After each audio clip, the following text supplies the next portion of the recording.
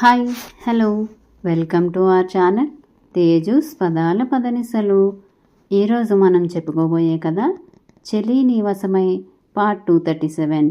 ఇంకా లేట్ చేయకుండా స్టోరీలోకి వెళ్ళిపోదాం. శారద కొడుకు జాతకం గురించి తెలిసి చాలా దిగులు పడిపోయింది. కానీ తెగించి కొడుకుని రెండో పెళ్లి చేసుకోమని మాత్రం అడగలేకపోతుంది. రోజులు గడిచే కొద్దీ అన్యోన్యంగా ఉంటున్న కొడుకు కోడలిని చూస్తుంటే అసలు రెండో పెళ్ళి అన్న ఆలోచన చెయ్యాలన్న భయంగా ఉంది ఆవిడకు. మరోపక్క అర్హన్, లోచన ఇద్దరూ చాలా సంతోషంగా ఉంటున్నారు. ఉన్నన్ని రోజులు నీతో సంతోషంగా ఉండాలి అన్న అర్హన్ కోరిక ప్రకారం దిగులు తన దగ్గరకు చేరనివ్వకుండా ప్రశాంతంగా ఉంటూ ఎప్పటికప్పుడు అర్హన్ సంతోషంగా ఉండేలా చూసుకుంటుంది. అలానే రోజులు గడిచిపోయాయి. ఆ రోజు తెల్లవారుజాము సమయం వరకు అర్హన్ ముద్దు మురిపాలు తీర్చి ఎప్పటిలా నాగమ్మ ఆలయానికి వెళ్ళి పూజ పూర్తి చేసి తన భర్తకి ఆరోగ్యాన్ని ప్రసాదించమని వేడుకుంటూ తన కంటి కొసలని దాటి బయటకు రావడానికి సిద్ధమైన కన్నీటిని బలవంతంగా ఆపుతూ అర్హన్ని తనకు దూరం చెయ్యొద్దని వేడుకుంటుంది లోచన. అదే సమయంలో వచ్చింది రాజేశ్వరి. ఆమెను చూసి మౌనంగా వెనక్కి తిరిగింది వెళ్ళిపోవటానికి అన్నట్టుగా. చిటిక వేసి ఆపింది రాజేశ్వరి. వెళ్ళిపోదామనుకుంది, కానీ హరి కనిపించటంతో ఆగింది. ఏంటి అన్నట్టుగా. నా మనవడు ఎలా ఉన్నాడు ఒకరుగా అడిగింది. నా మొగుడు బాగున్నాడు, నన్ను ప్రేమగా చూసుకుంటున్నాడు కాస్త విసురుగానే చెప్పింది లోచన. ఏయ్ అంది రాజేశ్వరి కోపంగా. గట్టిగా అరవకండి, ఈ వయసులో మీకే ఇబ్బంది. నాతో ఏం మాట్లాడాలో చెప్పండి. అవతల బావ లేచే వేళయింది, నా కోసం ఎదురు చూస్తూ ఉంటాడు నిర్లక్ష్యంగా అంది లోచన. ఆవిడతో మాట్లాడటం ఇష్టం లేదు తనకి. ఏదో ఒకటి అంటుందని తెలుసు. అలా అని ఆగకుండా వెళ్ళిపోయినా ఏదో ఒక తలనొప్పి తీసుకొస్తుంది. అందుకే హరి ఉండటం చూసి ఆగింది. ఏదైనా ఇబ్బంది ఎదురైనా హరి చూసుకుంటాడు అన్న నమ్మకంతో. నా మనవడి మీద చాలా ప్రేమ ఉన్నట్టు మాట్లాడుతున్నావు, కానీ అక్కడ నా మనవడి ప్రాణాల గురించి ఎవరికీ లెక్కలేనట్టుగా ఉన్నారుగా అంది ఉక్రోషంగా. లోచన మీ బాధేంటి అన్నట్టుగా చూసింది ఏం మాట్లాడకుండా. వాడికి రెండో పెళ్లి చేయాలి అన్న ఆలోచన మీకు లేదా? సైలెంట్గా ఉండి ఏం చేయాలని అనుకుంటున్నారు? వాడి ప్రాణాల మీదకు వచ్చాక ఏడుస్తారా ఏంటి? మీకు చేత కాకపోతే నాకు చెప్పండి, నేను చేస్తాను పంతంగా అంది రాజేశ్వరి. అవునా, అయితే వచ్చి మీ మనవడితో మాట్లాడండి. మీ ప్రతాపం నా దగ్గరెందుకు చూపించటం? ఇంకేమైనా మాట్లాడాలనుకుంటే ఇంటికి వచ్చి బావతో మాట్లాడండి అనేసి కోపంగా ముందుకు వెళ్తుంటే, నా మనవడిచ్చిన పొగరు కదా, వాడు పక్కన ఉన్నాడని ఎగిరెగిరి పడుతున్నావు కదా. నువ్వు నా కాళ్ళ దగ్గరకు వచ్చేలా చేస్తాను చూడు.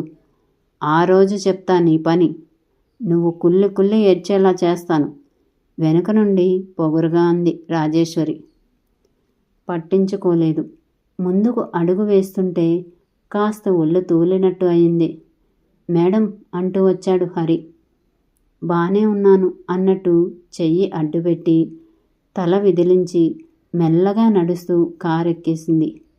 వెనక్కి తిరిగి ఒకసారి చూసి కార్ స్టార్ట్ చేశాడు హరి. సీట్కి ఆనుకుని కళ్ళు మూసుకుంది లోచన. ఎందుకో అలసటగా అనిపించింది.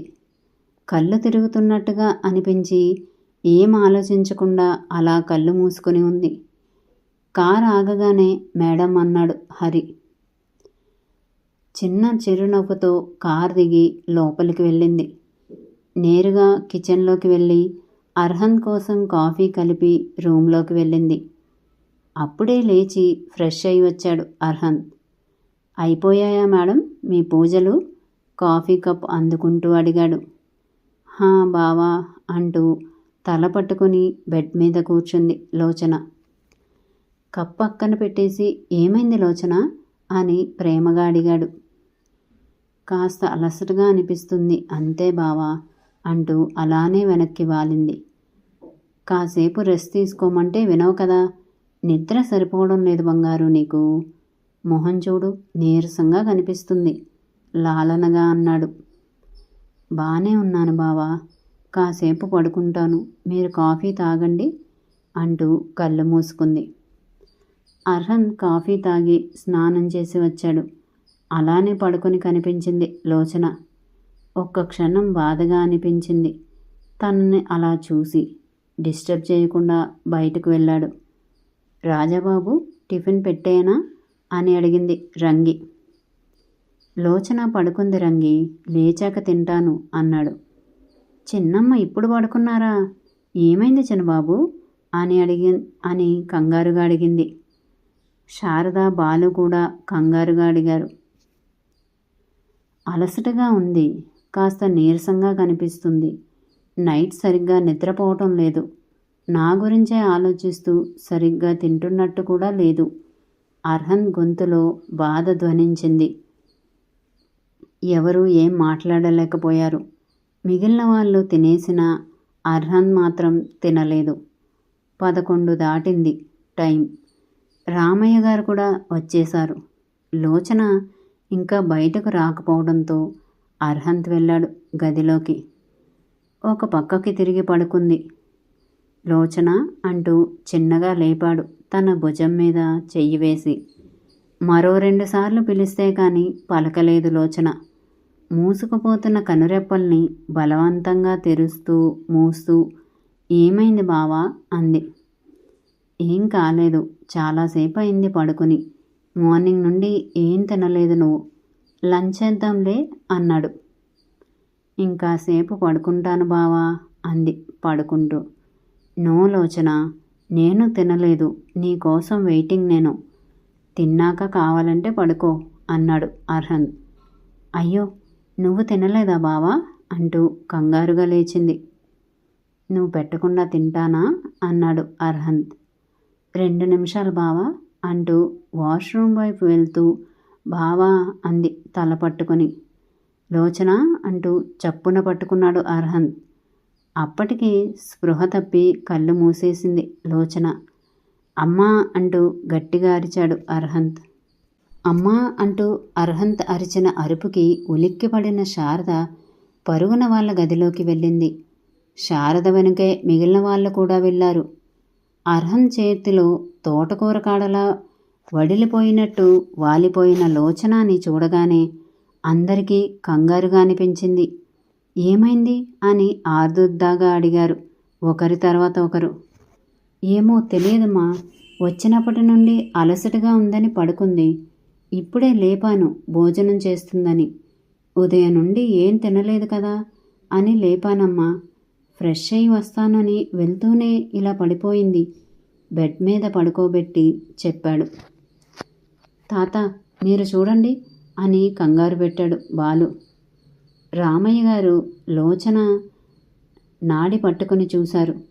2 నిమిషాలకి ఆయన మొహం ఆనందంతో విప్పారింది. అక్కడదే జరుగుతున్నప్పుడే ఇంట్లో నుండి అర్హంత్ అరుపు లీలగా బయటకు వినిపించడంతో లోపలికి వచ్చిన హరి అందరూ అర్హంత్ వాళ్ళ రూమ్ దగ్గరకు వెళ్తుంటే వెళ్ళాలా వద్దా అన్న సందిగ్ధంలో ఆగినా లోపలికి వెళ్లకుండా ఆగలేకపోయాడు. లోచన పక్కనే కంగారుగా కూర్చున్న అర్హన్ని చూసి ఏం జరిగిందో ఒక్క నిమిషంలోనే అర్థం చేసుకున్నాడు హరి. ప్రాబ్లం అర్హన్కి కాదు అని అర్థమయ్యాక కాస్త వెనక్కి జరిగి అక్కడే నిలబడ్డాడు. బాలు ఆనందంగా పిలిచారు రామయ్య గారు. ఏమైంది తాతయ్య? ఒక పక్క ఆయన మొహంలో సంతోషం కనిపిస్తుంటే లోచనకి అలా ఉంటే ఆయన సంతోషంగా ఎందుకు ఉన్నారో అర్థం కాక అడిగాడు బాలు. నేను ముత్తాతనే అవుతున్నానురా అన్నారాయన హుషారుగా. ఆయన మాటలు అక్కడ ఎవరికీ అర్థం కాలేదు. మొదటగా అర్థం చేసుకున్న శారద, నిజమేనా బాబాయ్ అని మొహమంతా నవ్వు చేసుకొని అడిగింది. నిజమమ్మా, మా త్రిలోచనమ్మ తల్లి కాబోతుంది, లోచన తల నిమురుతూ చెప్పారాయన. అప్పుడు అర్థమైంది బాలు అర్హంత్కి. ఇద్దరూ షాకింగ్గానే చూశారు. తన కళ్ళ ముందు తన చేతుల్లో పెరిగిన తన చెల్లెలు ఇంకా తనకి చిన్నపిల్లలానే కనిపిస్తుంది. అలాంటి తన చెల్లెలు ఇప్పుడు తల్లి కాబోతుంది. ఒక రకమైన ఉద్వేగంలో ఉండిపోయాడు బాలు. తమ ప్రేమకు గుర్తు తమ మధ్యకు రాబోతుంది. ఇప్పుడు తాము ఒక పరిపూర్ణ కుటుంబంగా మారబోతున్నాము. తన భార్య, తన ఇష్టసఖి ఇప్పుడు తల్లి కాబోతుంది. ఆ సంతోషం అర్హంత్కి మాటలు రానివ్వకుండా చేసింది. తదేకంగా లోచనానే చూస్తూ ఉండిపోయాడు. బాబాయ్, తనకి స్పృహ ఎప్పుడు వస్తుంది అని అడిగింది శారద. బాలు, నా గదిలోకి వెళ్ళి మందులు ఉండే చెక్క పెట్టి తీసుకురా అని చెప్పారాయన. అప్పటి వరకు ఒక రకమైన ట్రాన్స్లో ఉన్న బాలు తాతయ్య మాటలు వినటమే పరుగున వెళ్ళాడు. బాలు తెచ్చిన పెట్టె నుండి వెతికి ఒక చిన్న గాజు సీసా బయటకు తీసి అందులో ఉన్న ద్రవాన్ని కొంచెంగా వేళ్ళకి తగిలేలా ముంచి దాన్ని లోచన నాలిక మీద పెట్టారు. 10 నిమిషాల్లో మెలకువ వస్తుంది, మనం బయటకు వెళ్దాం పదండి తల్లి అన్నారు అర్హన్ని గమనించి, వాళ్ళని ఒంటరిగా వదిలేయటమే మంచిది అని. బాలు బయటకు రావటమే అప్పటి వరకు గమనించని హరిని గమనించి, హరి, మీరెక్కడా అని ఆగిపోయాడు సందేహంగా. సార్ గట్టిగా అరిచేసరికి రావాల్సి వచ్చింది సార్, అంతా ఓకేనా అని అడిగాడు. అప్పటికే విషయం తెలిసిన. హా, మీ సార్కి ప్రమోషన్ వచ్చింది, తండ్రి కాబోతున్నాడు నవ్వుతూ చెప్పాడు బాలు. హరి నవ్వుతూ ఉదయం రాజేశ్వరి లోచనతో మాట్లాడడం గురించి బాలుతో చెప్పాలని అనుకుని, మీతో ఒక చిన్న విషయం మాట్లాడాలి సార్ అన్నాడు. వెనుకే ఉన్న శారద వాళ్ళని గమనించి, అలా వెళ్దాం రా హరి అని అతన్ని బయటకు తీసుకెళ్ళాడు. ఏమైంది హరి అని అడిగాడు బాలు బయటకు రావడంతోనే. ఉదయం జరిగింది మొత్తం చెప్పి, ఇక నుండి మీరు కూడా మేడంతో వస్తే బాగుంటుంది సార్, ఈ టైంలో స్ట్రెస్ అవ్వడం అంత మంచిది కాదు కదా అన్నాడు హరి. నేను బావతో మాట్లాడతాను హరి, టిల్లుని అక్కడికి వెళ్ళొద్దని చెప్పినా వినదు. బావ కానీ నేను కానీ ఎవరో ఒకరం తనతో ఉండేలా చూసుకుంటాం. ఇప్పుడు టిల్లు ప్రెగ్నెంట్ అని తెలిస్తే ఆ రాజేశ్వరి ఎలా రియాక్ట్ అవుతుందో తెలియదు. తనతో చాలా జాగ్రత్తగా ఉండాలి, మీరు కూడా కేర్ఫుల్గా ఉండండి అని చెప్పాడు. ఓకే సార్ అని హరి వెళ్ళిపోయాడు. బాలు మాత్రం ఆలోచనలో పడ్డాడు.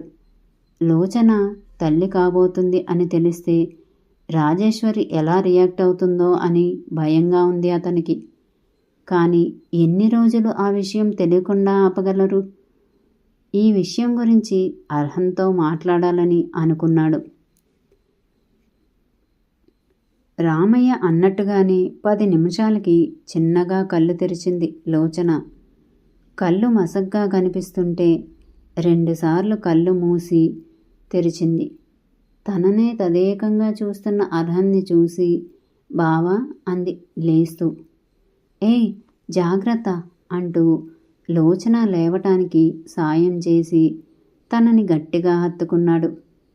బావా చిన్నగా అంది తిరిగి హత్తుకుంటూ. అప్పుడు గుర్తొచ్చింది తనకు వాష్రూమ్కి వెళ్తుంటే కళ్ళు తిరిగినట్టు అనిపించటం. ఆ తర్వాత తనకేం గుర్తులేదు. బహుశా తను కళ్ళు తిరిగి పడిపోయినందుకే అర్హన్ కంగారు పడి ఉంటాడు అనుకుని, బావా నేను బానే ఉన్నాను, కంగారు పడ్డావా? కాస్త అలసటగా అనిపించింది అంతే బావా, ఇప్పుడు బానే ఉన్నాను అంది. అలసటగా ఉన్నావా? కళ్ళు తిరుగుతున్నాయని నాకు చెప్పాలిగా లోచన, వచ్చినప్పటి నుండి అలానే ఉన్నావు కదా, హెల్త్ బాగాలేదని చెప్పాలి కదా. తన నుదిటిని లోచన నుదిటికి ఆనించి చెప్పాడు. ఇప్పుడు నాకేం కాలేదు కదా బావా, అదేదో మామూలు అలసట అంతే అంది.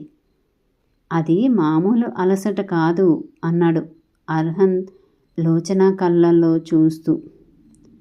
అర్హంత్ కళ్ళల్లోని సంతోషం ఎందుకో అర్థమవ్వలేదు లోచనకి. లోచన కళ్ళల్లో కన్ఫ్యూజన్ గమనించి నవ్వుకున్నాడు. పిచ్చి, అసలైతే సిగ్గుపడుతూ ఈ విషయం చెప్పాల్సింది నువ్వు, కానీ నీకు నేను చెప్పాల్సి వస్తుంది అంటూ ఆమెను హత్తుకున్నాడు. విషయం తెలిసాక లోచన రియాక్షన్ ఎలా ఉంటుందంటారు? తెలుసుకుందాం మరో అప్డేట్లో.